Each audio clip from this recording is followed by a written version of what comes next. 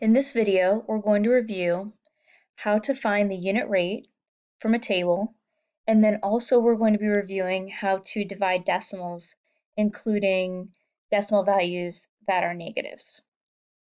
So the first thing I'm going to do is I'm going to label X and Y in the table.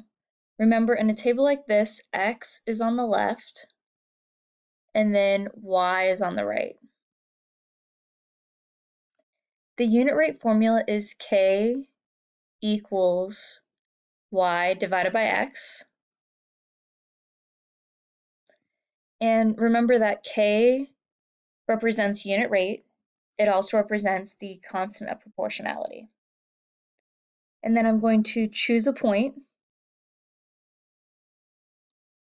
And I'm just going to use this point. And I'm going to plug in the Y value in the numerator. So the Y is negative 2.313. And then I'll plug in X into the denominator, the 1.25. Remember that the 1.25, the denominator, goes on the outside, and the numerator goes on the inside. For now, we're not going to worry about this negative, so when you record over here, the 1.25 and the 2.313, neither of those are going to be negative. We're going to divide it, and then at the end, we'll decide if our answer is negative or positive. The next thing you need to pay attention to is the number on the outside. If the number on the outside has a decimal, you have to move that decimal. The number on the inside is allowed to have a decimal, but not the number on the outside.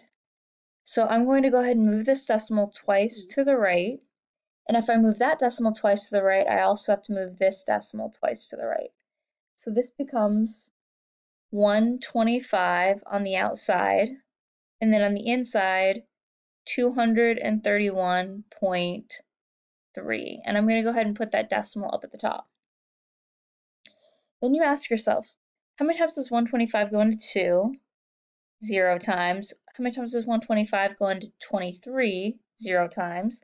How many times does 125 go into 231? Well, 1 time, because 2 times would be 250, which would be a little bit too much. And then 1 times 125 is 125, and then we subtract. So let me grab a different color to borrow. 1 minus 5, I'm going to need to borrow from the 3, make that a 2, add 10 to the 1, making it 11. 11 minus 5 is 6. 2 minus 2 is 0, and 2 minus 1 is 1. And then I have to bring down a number before I can ask the question again. And now I can ask, how many times does this 125 go into 1063? Well, I know that 100 goes into 1000 10 times. So I'm guessing that 125 will go into 1063 maybe 9 times or 8 times. Let's try 8. 5 times 8 is 40, carry the 4. 2 times 8 is 16, plus 4 is 20, carry the 2. 1 times 8 is 8, plus 2 is 10. Okay, and 1000, that works out great, because if I added in another 125 to 1000, it'd be over 1063. So 8 was a good choice. It was the correct choice.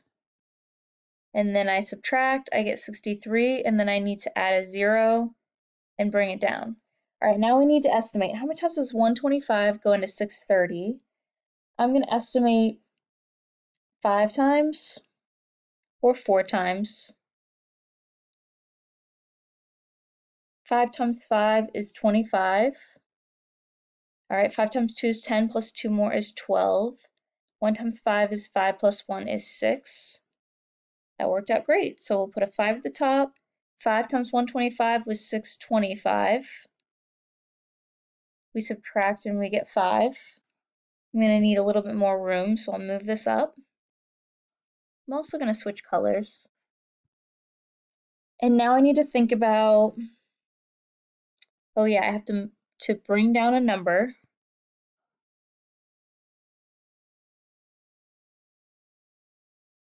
Okay, and once I bring down a number, ask, how many times does 125 go into 50? Well, 0 times, because 125 is larger than 50. And then I'll have to bring down another number before I ask the question again. How many times does 125 go into 500? Okay, well, 125 went into 625 5 times, so it should be 4 times.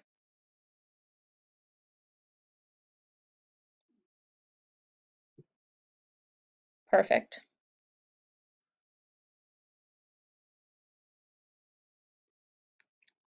So I had a remainder 0, there's nothing to bring down.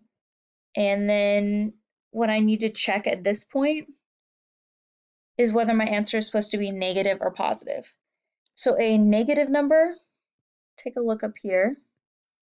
A negative number divided by a positive number, well, unlike signs, you get a negative. So my answer is going to be a negative 1.8504, and I need to erase some of this to give myself room to record the unit rate. So I'll just erase some of this work over here.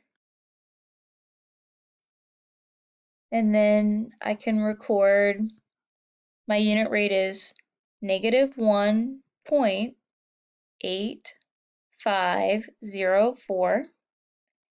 And then we need to write our equation. So normally our equation, we would write like this. We would say, all right, well, y equals kx would be how you write the equation. But instead of k, we would write the negative 1.8504. So I'm going to erase this, and instead of the k, I'm going to write the negative 1.8504x, and then I have one more step here. And the final step is this. Let me grab a different color. Let's see if that'll show up okay. Well, y in this case is g. So I'm going to replace y with g, and then I'll write the negative 1.8504, and then instead of x, well, x was actually b, so instead of x, I'm going to replace it with b. I want you to start getting used to using the variables that they give you. So I just write it like I normally would with y and with x, and then I think about, well, what did they have listed for y, and what did they have listed for x, and then I replace it with the variables that they used. So my unit rate is negative 1.8504, and then my equation is g equals negative 1.8504b.